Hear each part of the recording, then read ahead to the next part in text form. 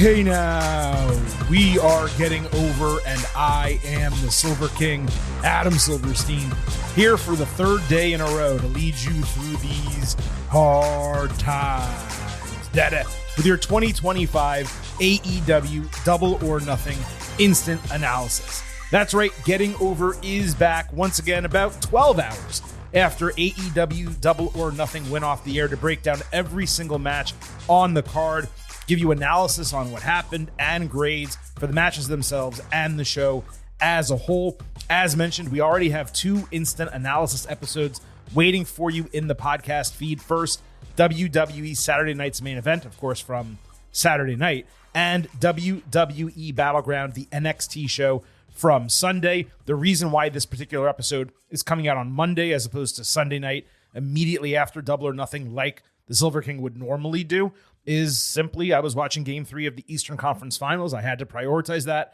It's my favorite team, the New York Knicks. And then I had to choose between, do I watch Battleground, which is going to be like 2.5, 3 hours, and get that show out, or try to watch Double or Nothing, which is going to be about 4.5 to 5 hours, and probably not publish a show until 4 a.m. So I chose the shorter show. It was really as simple as that. I also was exhausted by the time Battleground was over. And frankly, when you need to sit down and watch a 4+ hour show, you need your energy. So Silver King woke up Monday morning, watched this in its entirety, and we are now here to break down everything that happened at AEW Double or Nothing. As we kick off the show, though, allow me to remind you that this podcast is all about Defy. So head over to Apple Podcasts and Spotify, leave a 5-star rating on Apple. Take a little extra time, leave a 5-star written review. If you do, we will read it live right here on the show, and I truly hope 3 instant analysis in as many days, we can get that 5-star rating from you at a minimum, and hopefully a review as well. Again, the Apple reviews are important, but the Spotify ratings are as well, so please, out of the kindness of your heart, hook us up with that before you finish listening. That said, let's get right into the AEW Double or Nothing instant analysis. There was hardly anything from the go-home collision to add, given the length of the show and the time crunch turning this around. We're not going to do our normal deep breakdown of every single match, but we're definitely going to do them for the major matches, and we're going to cover everything that happened on the show. And we're going to start Double or Nothing where that show ended. The men's Owen final, Will Ospreay against Hangman Page. This main evented. Hangman got an awesome entrance with a video package, neon lights of desert symbols like cacti before his pyro. Best of the night for sure. Ospreay hit a running Spanish fly in a big early spot. Hangman landed a buckshot lariat, his finish. But Ospreay was immediately on his feet to stop another one with a super kick. He had a springboard shooting star press with Page's body draped over the top rope. Hangman came back with Angel's Wings. He then botched best moonsault ever and then missed it with Ospreay catching him with Hidden Blade on the landing. Ospreay then did Styles Clash off the apron onto the floor, which was a great spot. A little bit too far of a distance to execute it as well as it is in the ring. I wouldn't necessarily do that again. The referee pulled Will off of bludgeoning Hangman, but he stayed aggressive ringside. They went onto the announce table, which completely collapsed underneath their weight as Hangman countered an attempted Deadeye. Luckily, they were both okay. Hangman did the Deadeye spot anyway onto the broken tabletop. Ospreay literally charged at Page, purposefully allowing him to hit buckshot lariat for a false finish. And the move clearly didn't affect him because he was right back on his feet seconds later and countered another buckshot lariat with Hidden Blade. Then he hit Stormbreaker for a false finish. Page collapsed when another Hidden Blade was attempted, and Ospreay sold missing that move more than actually taking the buckshot lariats earlier. Ospreay hit a V-trigger to the back of Hangman's head. Page escaped One-Winged Angel, hit the JML driver for a tremendous rope break. Basically, they were using their rivals' moves. Buckshot lariat and Stormbreaker were countered, with Page finally landing buckshot lariat for the 1-2-3 to emerge as the challenger for Jon Moxley's AEW title at All In. After walking all the way up the stage, Hangman turned around, stormed back to the ring. Ospreay was pouting. They shook hands out of respect, and that was really a nice moment to end the show. It was also, I think, the first time in a long time that an AEW pay-per-view ended on like a positive note, because everything has been Death Riders main eventing, interference. Even if the Jon Moxley matches were good, it always left you with a sour taste in your mouth. And I think that's one reason, we'll talk about it at the end, why people are so positive about Double or Nothing. The show was great, and we'll tell you why as we continue here. But the fact that it ended on a positive note is really raising the boat for a lot of people. At least that's my belief. Now, this match went 37 minutes. It's probably 7 minutes too long because it main evented a 4.5 hour show. and it basically followed a 35-minute match. That was felt in extended stretches. However, the best 25 minutes of this were incredible. And if you distilled it down to that, you had something even more special. Regardless, it was outstanding wrestling, easily the match of the night, a contender for match of the year. We talked on the Ultimate Preview about who the winner should be and how AEW really could not go wrong either way. I stand by that. Either guy winning would have worked. However, the way the match story was told and the way the crowd reacted, Hangman getting the dub was definitely the right and better move when all was said and done. Hangman Mox, if it's a Texas death match, it may actually be the end of the title reign, and it would be a great capstone for this redemption story arc, which is really the best thing AEW is doing right now. It's not always front and center, but the Hangman character story continues to be amazing. He's the protagonist of this company, even if people don't necessarily want to admit that. Hangman being the one to save AEW and end the Death Riders, it just works. We'll see if they actually do it.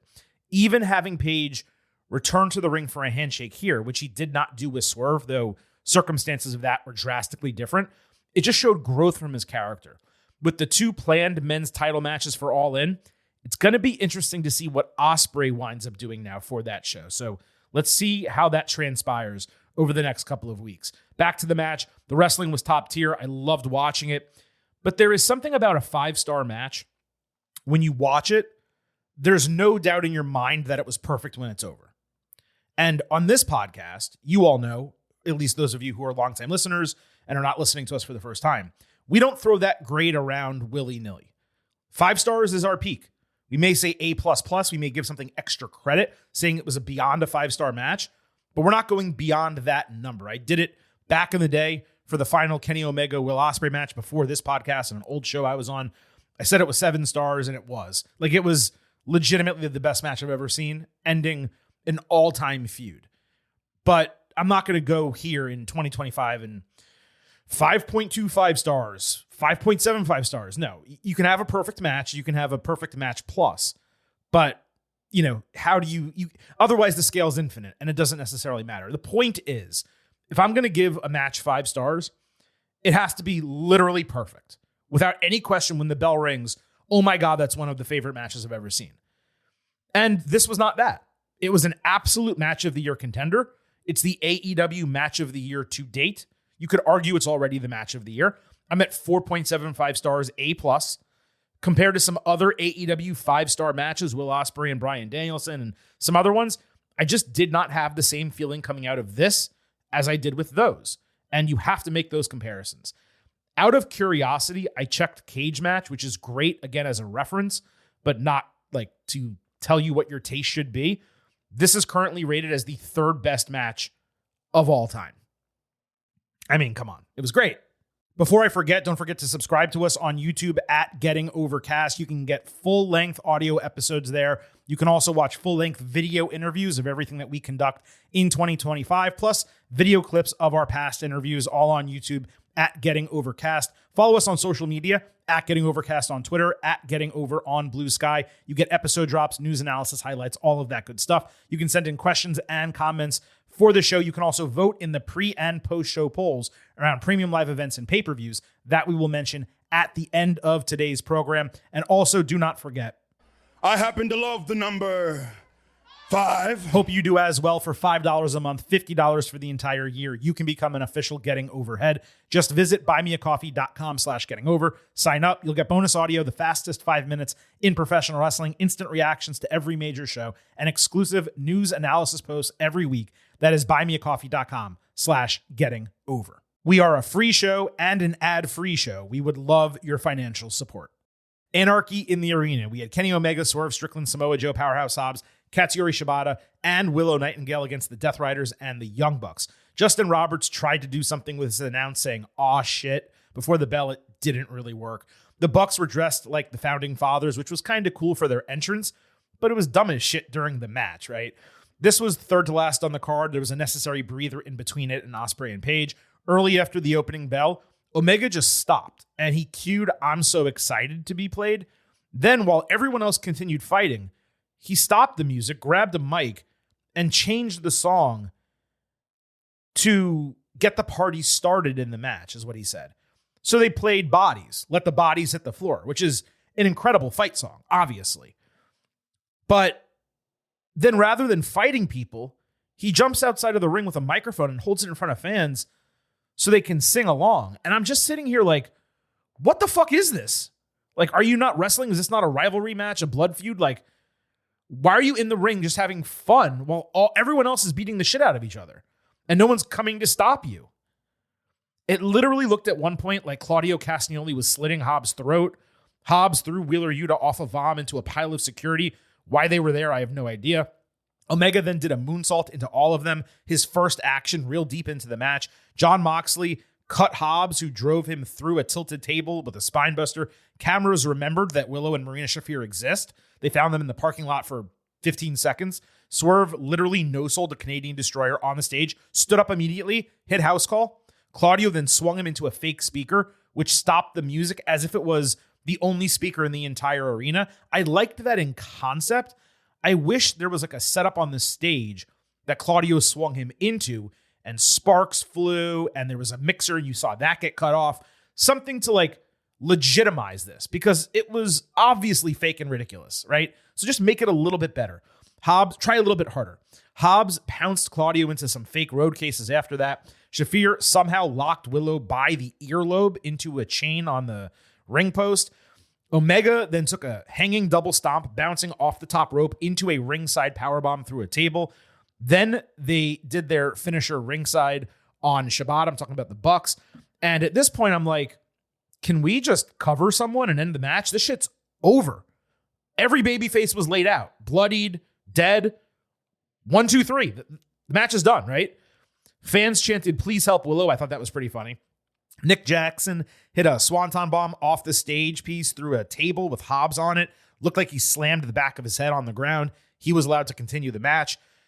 Why none of the heels again went to end this match when Hobbs, the biggest man, is knocked out on stage and Omega's dead through a table at this point, I still cannot understand.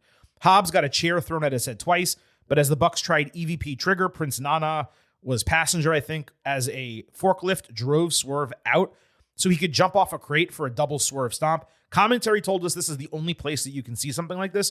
I mean, Brock Lesnar literally upturned a ring with a forklift on his own, but I digress. Nana also somehow had the key for Willow, which was random as hell. She revealed a matching big black and Jack shirt, so she helped Hobbs.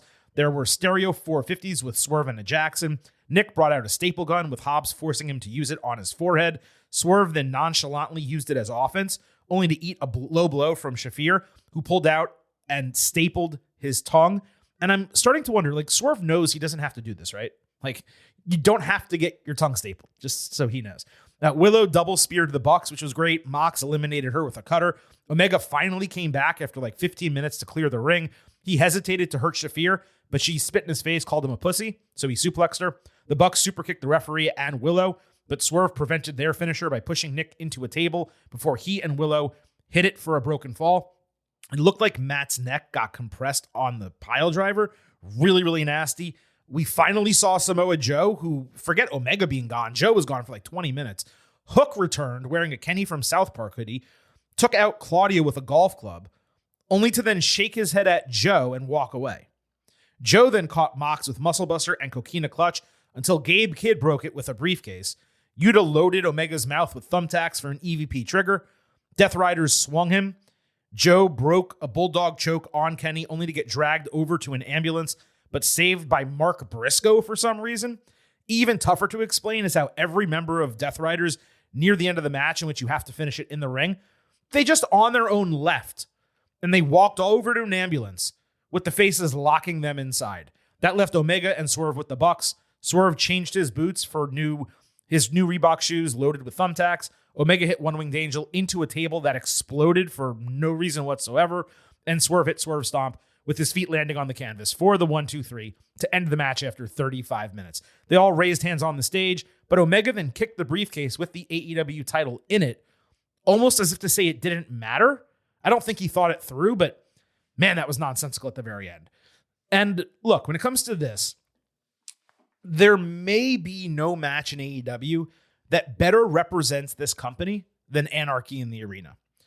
Chaos for the sake of chaos, mixed with great wrestling spots, mixed with blading and extreme violence, mixed with stuff that has No logical explanation. Like an active wrestler caring more about the music during a blood feud match than fighting for the first 10 minutes.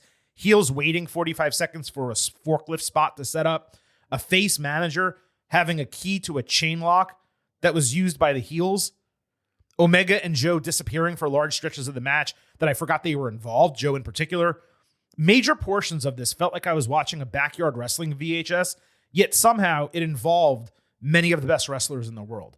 And yet, it was fun as hell and a great 35 minutes of entertainment. How do you parse that when you're trying to evaluate match quality? I'm truly not sure that you can. I just feel like if they were a bit smarter putting this together from a logic standpoint, it would have been something truly incredible. Instead, it was still excellent. But when you have those moments of absurdity, you just sit there and scratch your head and you ask why. Hobbs was the MVP of this match. Let's be very clear about that. I enjoyed both intergender spots. I'm glad those were included. Using bodies was smart. I'd have played it twice, not 4 times. It did become enough. I understand the goal to get the crowd hyped. It worked. It just wasn't natural. Omega fueling it with a mic. Hey, everyone, you should be excited. And now you should scream. Like, I just hated that start. I truly hated the beginning of this match. As far as the booking goes, the writers getting locked away in the ambulance, that allowed the faces to win without directly beating the strong faction, given it was the Bucks who took the fall. That was a smart move in one way. In another, it made the writers look like absolute morons. There were 3 or 4 spots where they easily could have won the match and just didn't. There weren't even attempted falls until like the final 5 minutes. We still need to see them systematically taken apart, and perhaps that will now come. And that would make it smart that it was saved and not done here. But if you're not going to systematically take them apart, then why aren't you having them win the match? Shibata easily could have taken the fall, and the heels could have retained their dominance. You could have had Willow lose as well. Because now that the writers have been defeated, even if not directly, will that eventual moment have the same feeling? Like, we know they can be beaten. And don't forget, with kids staying around the ring and interfering late, they had the numbers advantage, and they still lost. So I feel like I give the same grade every year for this match because, again, it is so difficult to parse the entertainment with the wrestling, with the ridiculousness and the absurdity. It's an A, 4.25 stars or 4.5 stars. That's your prerogative based on what you like. I'm right in the middle.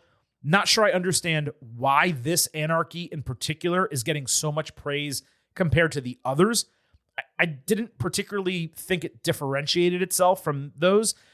It's excellent as an entertainment vehicle. It's not exactly what I want out of a wrestling match, but it's completely worth watching once. I'll just never see it again. And that's an A match for me. Let's move to the women's Owen final. Mercedes Moné against Jamie Hayter. On Collision, Mercedes put the TBS title on the line for no reason whatsoever in a match she won against Reina Isis. Didn't even cut a promo after. This was a go-home show. So yeah, this match opened the program, and I liked that the Owens bookended, the main event and the opener. Monet hit a Meteora off the apron ringside, dropped Hayter back first into the top turnbuckle. She did 3 backstabbers, but Jamie quickly broke Statement Maker. Hayter countered a pinning combination into a rear naked choke, but got locked in Statement Maker again. She came back with basically an AA, basement lariat, tombstone pile driver. The finish was Monet countering Haterade by literally slamming Hayter on the crown of her head, which was gnarly and dangerous. And it was for a pinning combination to steal the 1-2-3. Commentary tried to tell us it was a DDT. It was not a DDT. It was a botch. And if that wasn't the finish, I would have hoped that the match got called off after that. But this was excellent, and it was a perfect show opener. Both worked and sold incredibly well. I thought Mercedes really shined here. She always does, but particularly against Jamie. Given Hayter took the L, I figured she would get more in the match offensively, be more elevated coming out of it. But she was the B-side the entire time. So I was pretty shocked at the result.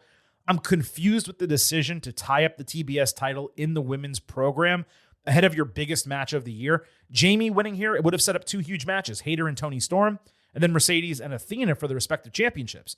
Instead, you have one big match, granted, the biggest women's match that AEW can do, but you have that on like 6 weeks build, and the TBS title immediately becomes secondary, even though, of course, it is secondary, but Mercedes had leveled it up as champion. And if you were going to do Toni and Mercedes, that's a match that should main event a pay-per-view. And it's not going to main event All In. So I'm just a little confused at the booking decision. Maybe it's going to reveal itself in time, but this was excellent bell to bell.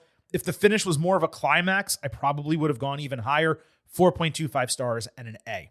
Women's Championship, Toni Storm defending against Mina Shirakawa. On Collision, Toni in a tape promo referred to her pussy, tits, and creaming and called Mina busty. Shit's wearing on me, man. Mina worked Toni's leg most of the match, which was good for the match story, but it did slow down the bout markedly in many different parts. Mina beat up Luther when he got in her way ringside, and then did an awesome tornado splash off his back into Storm, who was laying on the pad. Probably one of my favorite spots on the entire show. Super inventive. Then she accidentally splashed him, which gave Toni an opening to regain control with a ringside DDT. Much later, Mina came back with a big driver. Storm did a hip attack and broke a figure 4. After reversed pinning combinations both ways, including a great false finish, Storm picked up Shirakawa for Storm Zero to retain the title in 16 minutes. This was damn good, bell to bell. They both stood after the match and then looked at each other and turned their heads and passionately kissed. And I mean, it should have been me. It should have been me. And also, gonna look good, but she's got me saying, hey now. Plus, That's the most action I've had all year. but yeah, it just seems like it's being forced across the board with this entire division. There was something else that happened on Collision we'll talk about on Thursday. Mercedes is like the exception. She's the only one that doesn't get involved in this stuff. But like, why is that? Why are you doing that at the end of the match when you hate each other and you've been feuding and you're angry? Anyway, probably the best 1-2 punch of women's matches AEW has put on a pay-per-view. Grading this was tough because when they were working, they were awesome, but so much of it was slow due to Mina kind of working the knee and Toni selling the knee. It was Storm's best non-stipulation match in a long time. It seriously exceeded their first match. 3.75 stars, B+, might go a tad higher on rewatch. The tag team championships were on the line. Hurt Syndicate defending against Sons of Texas, who are the ROH tag team champions, but this was not title versus title. The Sons of Texas got a taped go-home promo on Collision that we don't need to discuss. MJF obviously came out with Syndicate. Deep into the match, MJF gouged Dustin Rhodes' eyes. Bobby Lashley then stopped him from hurting Rhodes any further, only to smile and spear Dustin through the barricade. Then he hugged MJF, raised his arm. There was a hugely botched spot where Shelton Benjamin was supposed to interrupt the Tope Suicida, except the Tope didn't happen and the interruption didn't happen either. And then he just beat him. I think he hit a super kick or something and then beat Sammy Guevara. The Sons of Texas taking Syndicate 13 minutes was straight up ridiculous. They never deserved the title shot. This tag team division is an absolute shambles. This was a total waste of time. 2.75 stars, C+. What did stand out here is the fans truly cared about the match because they truly care about Syndicate and the story. So it got a positive response despite being one of the weakest parts of the entire show. The Continental Championship was on the line. Kazuchika Okada defending against Speedball Mike Bailey. On Collision, Okada gave Bailey the finger after he won a match in the main event. So Speedball did his karate shit and stole the title to celebrate with it. I think Okada changed his hair color. The dude looks like he aged a decade. At the show, Okada got knees up on a shooting star press. Bailey somewhat ironically responded with his cannonball knees on the ring apron and back inside. Okada murked him with an awesome shotgun dropkick, countered Time Adventure with a huge dropkick again, only to get Rainmaker countered with a roundhouse kick. Then Bailey hit Time Adventure, and the referee literally counted 1, 2, 3, but Okada had grabbed the bottom rope, so he waved it off. It was a great spot, great false finish. The crowd didn't really react to it, probably because they knew there was no way that Kaz was actually losing. There was an even better near fall moment later on like a cross-arm pin. When Bailey tried his high-risk finish, Okada respawned off the canvas with a huge anti-air super kick. Might have been a drop kick now that I think about it, but he immediately followed with Rainmaker for the win. Excellent match here. Bailey had no business challenging for the title in the first place, just based on his lack of success in AEW so far, but he can be an exciting bell-to-bell wrestler, and this delivered. I was okay with Okada needing to battle through for a win because his profile needed enhancement ahead of All In. It's strange to say that, given we're talking about Kazuchika Okada, but it's true. He remains one of the best in the world, and when given a chance to show it, he shines. This match was completely worthwhile for that reason alone, and despite me not being a Speedball fan at all, I was borderline as the match ended, but the finish, it broke the tie for me. 4.25 stars and an A. Mark Briscoe fought Ricochet in a stretcher match. Reminder that this stipulation was basically made for no reason. Then the match was fought over a late save for Zach Gowen. Briscoe used cleaner on Ricochet's head early and shined it because he's bald. Get it? Briscoe bladed and got his head slammed repeatedly into the hard stretcher board, which opened him up further. He used a crutch to prevent the ambulance door from closing, exited the vehicle with a fire extinguisher. Briscoe did a great froggy bow out of the ring through a table ringside. Back near the ring, Ricochet stabbed Mark in the head with his scissors. Mark stole them away. Ricochet had another set, I guess, in the ambulance. He stabbed him with those twice, gave him a low blow, then dumped him into the ambulance for the win. So this was an ambulance match, not a stretcher match. Lots of blood, a few big spots, not at all what I expected between them, as I assumed most of the bout would actually happen in the ring, given they are incredible wrestlers. Because Anarchy in the Arena was in the same show, doing this stipulation and wrestling the match this way, that was certainly a decision, not one I would have made. I liked some of the creativity here, but there was little build or reason for a match this extreme to happen. And it was almost cartoonish to a degree at times. 3.75 stars, B+. The real takeaway is that Ricochet feels like a totally different wrestler in the last 6 months. Credit to him for taking this opportunity and running with it. We had Nigel McGuinness and Daniel Garcia against FTR. On Collision, the only real go-home segment involved these guys was a contract signing for a non-title tag team match. FTR tried to guilt trip Garcia into choosing them over Nigel and Daddy Magic. They called McGuinness a shell of himself. FTR got big-time heat in this segment. Garcia got a nice pop saying he's standing up to them for everyone else. Nigel then made FTR promise not to touch or talk to people on commentary after the match, win or lose, because if they did, they'd get taken out for good. Isn't that why he's wrestling the match? Really dumb promo by Nigel. This went 15 minutes. It ended in a brawl. It was crazy long, and it should have been 5 or 6 minutes in and out. Anyway, this match was second on the Double or Nothing card. The Faces hit Tower of London and a double submission spot. Late in the match, after Nigel ate Shatter Machine ringside, Tony Schiavone left commentary when FTR weren't really even threatening to do anything that bad to him. With the obvious 2-on-1 advantage, given Nigel was leveled, Dax Harwood put Garcia in the sharpshooter for an extended period, which led to a referee stoppage when he could not reach the ropes and faded. Because heaven forbid wrestlers actually submit in 2025 in any company. You don't need to protect Garcia like you do a world champion. Give me a break. It was good heel win for FTR. The match deserved to be on the show storyline-wise. It just didn't really do anything for me, bell to bell. And it went way too long at 23 minutes. This should have been 13, 14, 15 minutes. It went 23. That's why this show went 4.5 hours. They easily could have cut 30 to 45 minutes off of this show from matches, and I promise you, Double or Nothing would have been better. This show took forever. 3.25 stars and a B. And lastly, Paragon against Don Callis family. I frankly did not realize this match was booked for the show. On the go-home Collision, both groups were involved with completely different wrestlers. So I was really confused. It served as a palate cleanser between the double main event. Fletcher won with a brainbuster. It went 13 minutes. It just shouldn't have been on the show at all. It went way too long. You cut this off. You get a 4-hour show. You cut this off, cut some time off of that match I just talked about with Garcia and Nigel. Cut 7 minutes off the main event. I mean, you're talking about a much tighter and more enjoyable show. The family outnumbered Paragon in the post-match attack, leading Brody King, Tomohiro Ishii, and Hiroshi Tanahashi out. I haven't watched much of his final year in New Japan, but Tanahashi could barely walk. It sucked to see him like that. He landed a sling blade, Adam Cole landed boom, and the Faces stood tall. I'm guessing they're going to do a 6-man at like Forbidden Door or something. That's a ways off maybe at All In, and then they do some break-off matches in London. I'm not really sure. This match I had at 3.25 stars B. I actually think I'm being kind of generous, honestly, with that. On the buy-in, there were 2 matches. Anna Jay and Harley Cameron beat Megan Bayne and Penelope Ford in a solid like B- level match. Harley shoved Penelope's face literally into the crack of Anna's ass. And it's just like, what are we doing here? What is going on? It does feel, though, like women's tag team titles are coming to AEW sooner than later. Also, AR Fox, Bandito, and Los Titanes del Air beat CRU and Roppongi Vice. Crew. The way they spell it, I was in my head say CRU, Crew. And Roppongi Vice, this happened for some reason. I can't even really tell you. But that wraps up the actual matches from AEW Double or Nothing. So let's go ahead and move to our final segment of this show, our grades. We'll first remind you what our pre-show expectation grades were. Silver King on the Ultimate Preview thought this would be a 90 out of 100, an A-.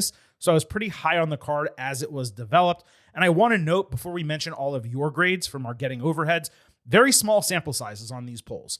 Probably due to the head-to-head competition, it was less than 50% of our normal vote tallies. So I don't want to say that your opinion should be taken with a grain of salt, but when you have a small group of people that are responding, so AKA respondents, statistically, that's not as significant of a range to give like a realistic audience opinion when it's a smaller group of people. So again, pre-show, 28% A range, 41% B plus to B minus, 19% B minus to C plus, 12% C or lower. That averaged out to an 87.4 out of 100, a B plus. So lower expectations than Silver King had, but nevertheless in the same zone, A minus, B plus.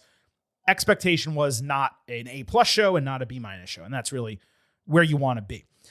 In terms of the post show grades, I'll go with all of yours first before I give mine. 23% A plus to A, 37% A minus to B plus, 30% B to B minus, 10% C plus or lower. And frankly, I do not understand how 10% could think that was a C plus show or worse. You think it's a B show? I respect that. You think it's an A show? I respect that. A C or lower, C plus or lower? I mean, it was not that. It was way better than that. No question. Now, as far as I'm concerned, AEW Double or Nothing was a great pay-per-view. There's no question about that. Probably, definitely top 10, probably top 5 start to finish when I think back on like all the AEW pay-per-views that we've seen before, because the booking in many parts was a lot better. There were some of those shows where you'd have great matches, but you'd be really confused at the booking decisions, or there'd be a couple things that really stunk or stood out as lesser than the rest. There were some matches on this card that did not belong, did not need to be there, definitely brought the show down. But when I grade a pay-per-view or a premium live event for WWE, the main events, the big matches, are the ones that matter the most. And if those deliver, then the show is going to deliver. I'm probably going to be a little bit lower on this show than some of the people out there who love AEW, who will tell you that Anarchy in the Arena was 5 stars and Hangman and Ospreay was 6 stars, or, whatever the case.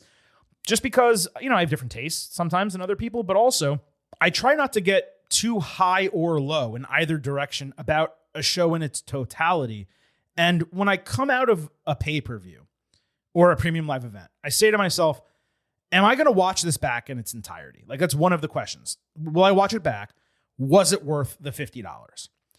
And there have been, especially at the end of 2024, a couple of AEW pay-per-views where I said it was absolutely not worth the $50.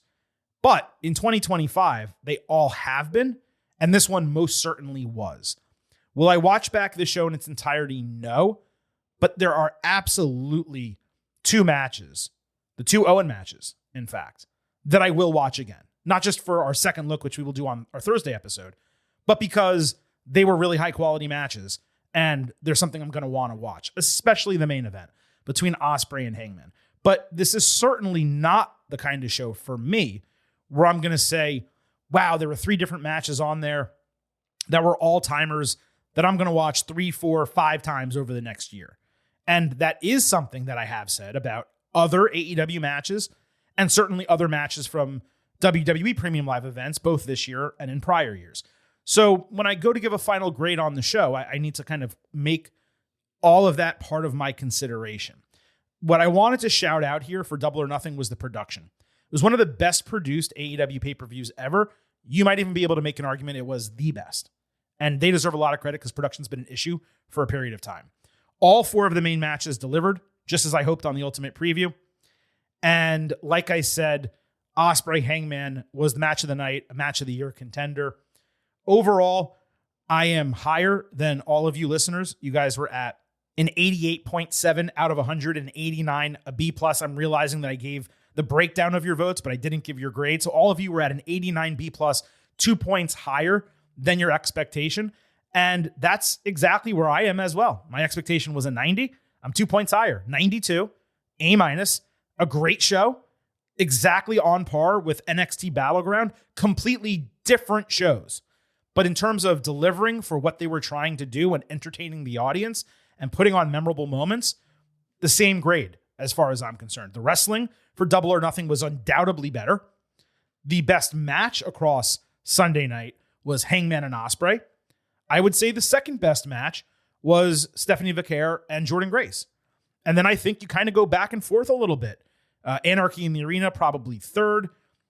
I think Mercedes Moné and Jamie Hayter fourth. Then you probably go back to NXT. So it was just a really great night of wrestling, and it was a shame that they were going on at the same time, but that's obviously happening right now with WWE occasionally trying to counter-program AEW, and that's a topic we will absolutely discuss more both Tuesday and Thursday right here on the Getting Over Wrestling podcast. A reminder on the way out, if you enjoyed this instant analysis and you have not heard the others already, make sure you hit our podcast feed, listen to our WWE Saturday Night's Main Event instant analysis and our WWE Battleground instant analysis for NXT. We're going to be back on Tuesday with our next WWE episode. We'll be back Thursday after that with an NXT and AEW episode. So plenty of performance-enhancing audio still to come, ready to hit your ear holes this week.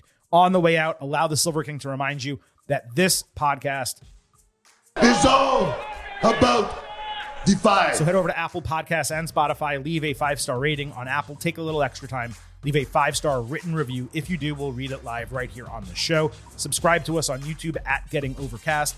Follow us on Twitter at Getting Overcast, Blue Sky at Getting Over for episode drops, news analysis highlights, all that good stuff. And please also remember, I happen to love the number 5. hope you do as well. $5 a month, $50 for the entire year. You can become an official Getting Overhead. Just visit buymeacoffee.com/gettingover. Sign up. You'll get bonus audio, the fastest 5 minutes in professional wrestling, instant reactions to every major show, and exclusive news analysis every week. Again, that is buymeacoffee.com/gettingover. Appreciate all of your patience getting this AEW Double or Nothing somewhat instant analysis out. This is the Silver King, Adam Silverstein, signing off and leaving you with just 3 final words. Bye for now.